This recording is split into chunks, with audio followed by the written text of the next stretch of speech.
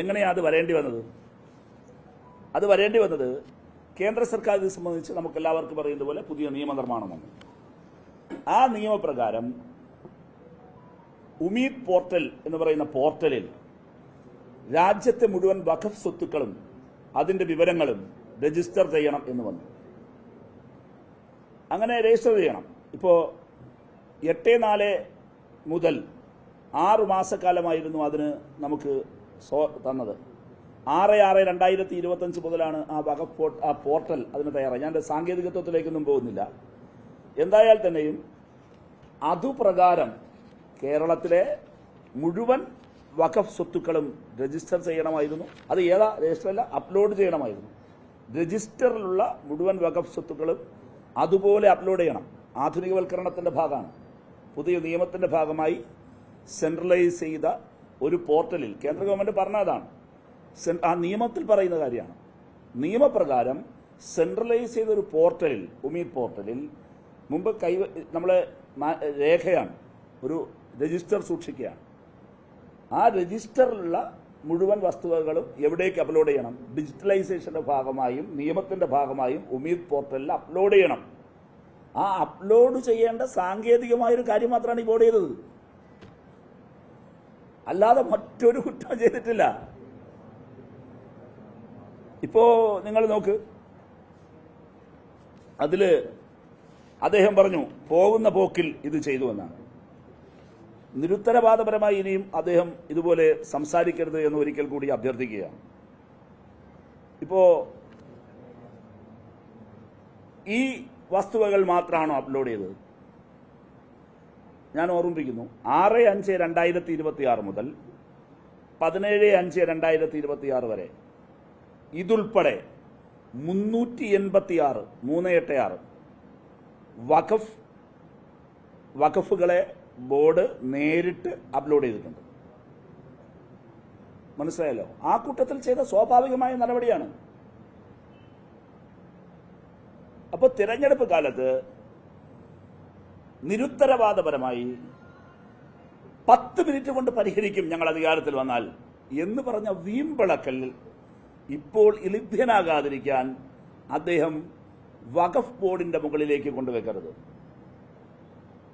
2019 UDF politically appointment ചെയ്ത ആ വഖഫ് board register ചെയ്ത ഈ സ്വത്തുവകകൾ അതേമാതിരി ഇപ്പോൾ അപ്ലോഡ് ചെയ്യുന്ന സാങ്കേതികമായ ഒരു കാര്യം മാത്രമേ, അത് നിയമപരമായി ഈ നിയമപ്രകാരം ചെയ്യേണ്ടതാണ്, അവിടെ ചെയ്തിട്ടുള്ളൂ. ആകയാൽ ബഹുമാനപ്പെട്ട മുഖ്യമന്ത്രി ശ്രീ വി.ഡി. സതീശനോട് വിനയപുരസ്സരം ഓർമ്മപ്പെടുത്താനുള്ളത്, അങ്ങേക്കുള്ള സ്പേസ്, അങ്ങ് അവകാശപ്പെട്ട 10 മിനിറ്റ് കൊണ്ട് പരിഹരിക്കാൻ കഴിയുന്ന സ്പേസ് അവിടെ തന്നെയുണ്ട്. ഒരു മാറ്റവും വന്നിട്ടില്ല.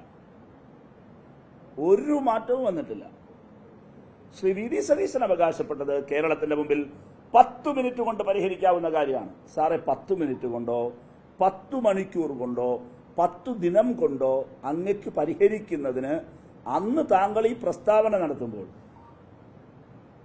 ഉള്ള സാഹചര്യത്തിൽ നിന്ന് ഒരു മാറ്റവും ഈ നിമിഷമില്ല. ഒരു മാറ്റവുമില്ല. അന്നും ഇത് വഖഫ് സ്വത്താണ്. 2019 UDFന്റെ കാലത്ത് രജിസ്റ്റർ ചെയ്ത വഖഫ് സ്വത്താണ്. ഇപ്പോഴും അതങ്ങനെയാണ്. അത് ഉമീദ് പോർട്ടലിലേക്ക് മാറ്റി എന്നുള്ളത് പുതിയ നിയമപ്രകാരമുള്ള ഒരു പുതിയ സംവിധാനമാണ്. ആ സംവിധാനത്തിൽ സാങ്കേതികമായി മാറ്റി, അത്രയേ ഉള്ളൂ.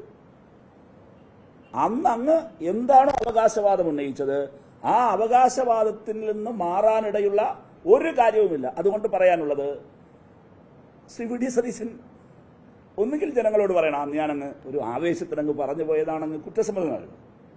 10 മിനിറ്റ് കൊണ്ട് പരിഹരിക്കാവുന്ന നിസ്സാര കാര്യമാണ് എന്നങ്ങ് കുറ്റസമ്മതം നടത്തും, പ്രശ്നമില്ല. വേറെ ആരുടെയും പെടലേക്ക് കൊണ്ടുവെക്കരുത്. ഇനി ഒരു കാര്യം വളരെ വ്യക്തമായി പറയാനുള്ളത്, വഖഫ് ബോർഡിൽ ഞാനിപ്പോൾ അങ്ങായത് ഒരു MP അങ്ങനെ വരണം എന്നുള്ളത് കൊണ്ടാണ് ഗവൺമെന്റ് ഒരു MP എന്ന നിലയിൽ എന്നെ അതിലേക്ക് വെച്ചത്. തീർച്ചയായും വഖഫ് ബോർഡിൽ പ്രവർത്തിക്കുന്നവർക്ക് രാഷ്ട്രീയമോ വ്യത്യസ്ത സംഘടനകളുമായുള്ള ബന്ധമൊക്കെ കാണും. പക്ഷെ വഖഫ് ബോർഡ് സ്റ്റാറ്റ്യൂട്ടറി ബോഡിയാണ്. അതിനെ അങ്ങ് ആ റെസ്പെക്റ്റുള്ള കാണണം. അതൊരു സ്റ്റാറ്റ്യൂട്ടറി ബോഡിയാണ്.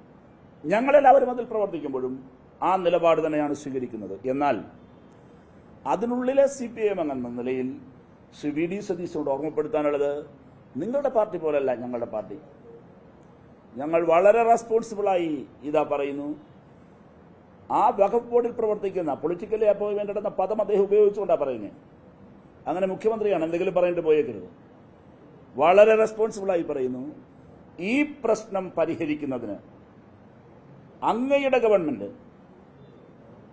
എന്തു ശരിയായ നിലപാട് സ്വീകരിച്ചാലും ഈ പ്രശ്നം കേരളത്തിന്റെ കമ്മ്യൂണൽ ഹാർമണിയെ സംരക്ഷിച്ചു നിർത്തിക്കൊണ്ട് ഈ പ്രശ്നം പരിഹരിക്കുന്നതിനാവശ്യമായ നിലപാട് തന്നെയായിരിക്കും ഞങ്ങളെടുക്കുക.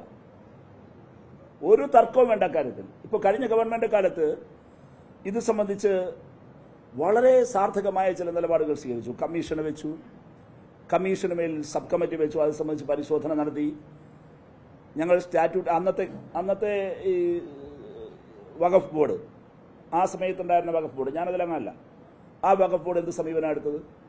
ഞാൻ നേരത്തെ പറഞ്ഞതുപോലെ വളരെ പോസിറ്റീവായ സമീപനമാണ് സർക്കാരിനോട് എടുത്തത്.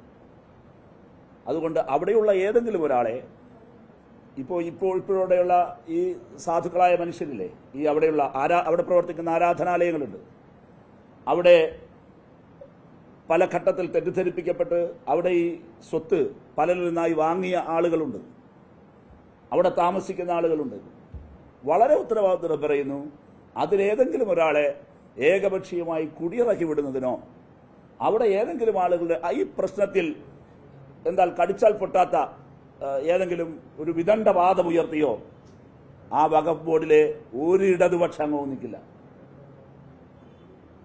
ഇടതുപക്ഷത്തിന്റെ ലൈൻ അതല്ല, നാട്ടിൽ പ്രശ്നം ഉണ്ടാക്കലല്ല.